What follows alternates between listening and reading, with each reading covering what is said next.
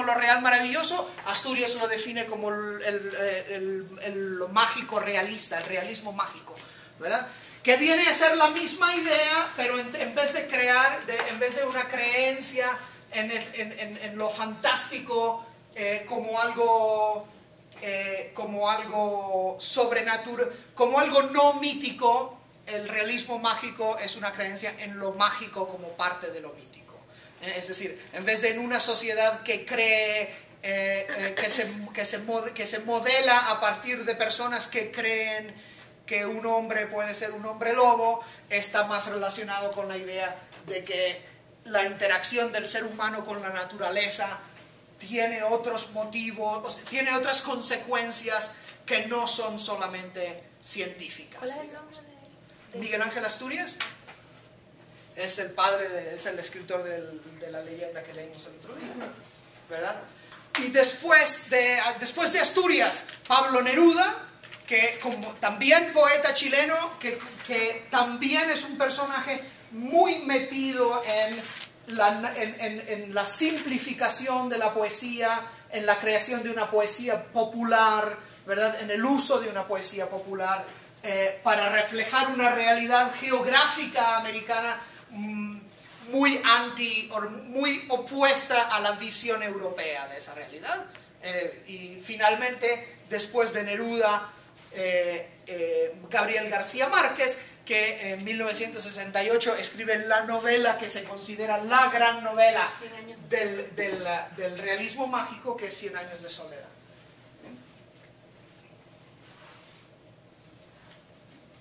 Pero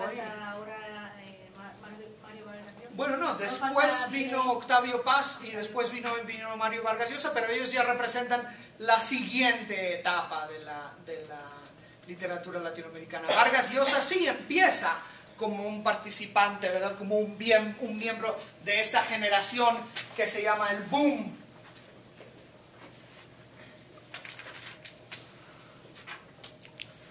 de la literatura latinoamericana? Y del que vamos a hablar el martes un poco más. Entonces, para leer para la próxima semana, les estoy dando primero, si no me equivoco, ¿lo tienes ahí, Richard? Sí.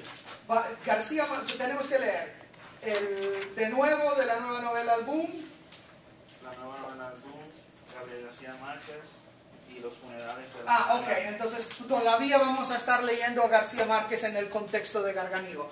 Para el jueves de la semana que viene vamos a leer el discurso de Premio Nobel de Gabriel García Márquez, La soledad de América Latina, donde se junta un poco, por un lado, se explica un poco toda esta cuestión en términos históricos, por otro también se considera que culmina todo el proceso de búsqueda de la identidad americana que hemos estado explorando desde el principio de la clase. La idea de la literatura latinoamericana como un proceso de exploración y de comprensión y de definición del continente.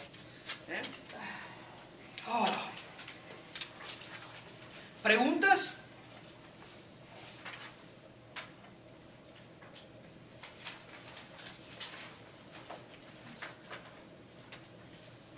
Yo tengo una pregunta sobre la pregunta que usted nos mandó cuando leemos. Ajá. ¿Cuál puede ser la relación entre la definición de lo real maravilloso en la historia de la naturaleza y la ruptura de la visión entonces? ¿Y cuál es un poco la relación entre esta idea de lo real maravilloso y la ruptura de la visión etnocéntrica? ¿Alguien? ¿Más?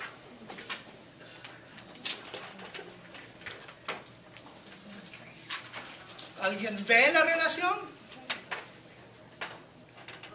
Es simplemente la incorporación de los grupos minoritarios a... No solamente es la incorporación, o sea, ya no es solamente la incorporación de los grupos minoritarios. La incorporación de los grupos minoritarios estaba pasando con el indigenismo y dijimos, esa incorporación no es muy válida porque se está haciendo siempre desde la perspectiva de la burguesía y siempre desde la perspectiva de cómo transformar esa historia, de cómo transformar esa realidad para convertirla en una realidad, para contribuir a la modernización del Estado, o por otro lado, presentado como folclore o fantasía, como algo que se desmiente y se deja de lado dentro de la realidad. Es decir, es algo que no se aprecia dentro de la definición de la cultura.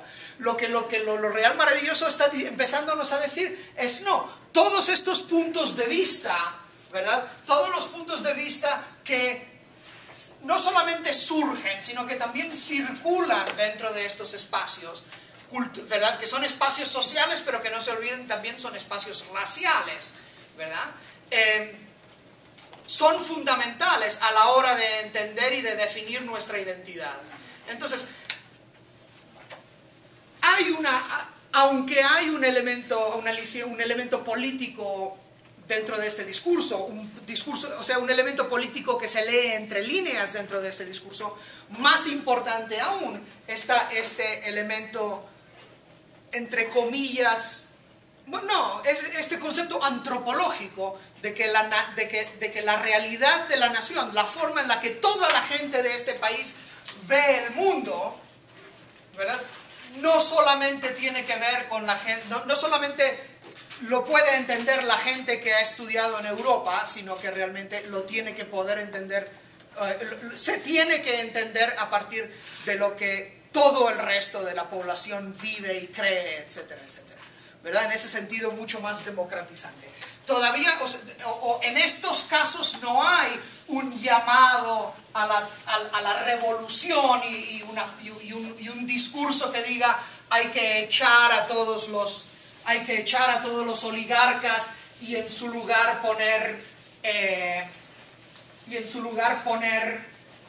a los indígenas como gobernantes, sino que lo que está diciendo es hay que realmente transformar nuestra perspectiva, nuestra forma de entender América Latina para incorporar las creencias de esta gente, ¿verdad? De estos otros grupos sociales. Implícito en eso va un concepto democratizante. En Guatemala, por ejemplo, and again I go back to my own little view of things, en 1944, hacia el final de la Segunda Guerra Mundial, Miguel Ángel Asturias y sus amigos, entre comillas, otros intelectuales guatemaltecos de su grupo, crean una revolución y instauran un gobierno revolucionario en Guatemala, que es un gobierno formado exclusivamente por burgueses, ¿verdad? Compañeros de universidad y de colegio de Asturias, ¿verdad? Pero que tiene como objetivo, o como uno de sus objetivos, la distribución de la tierra para los indígenas, la educación universal, etc., ¿verdad? Desde una posición burguesa, un intento revolucionario que tiene que ver con la transformación de las ideas también raciales.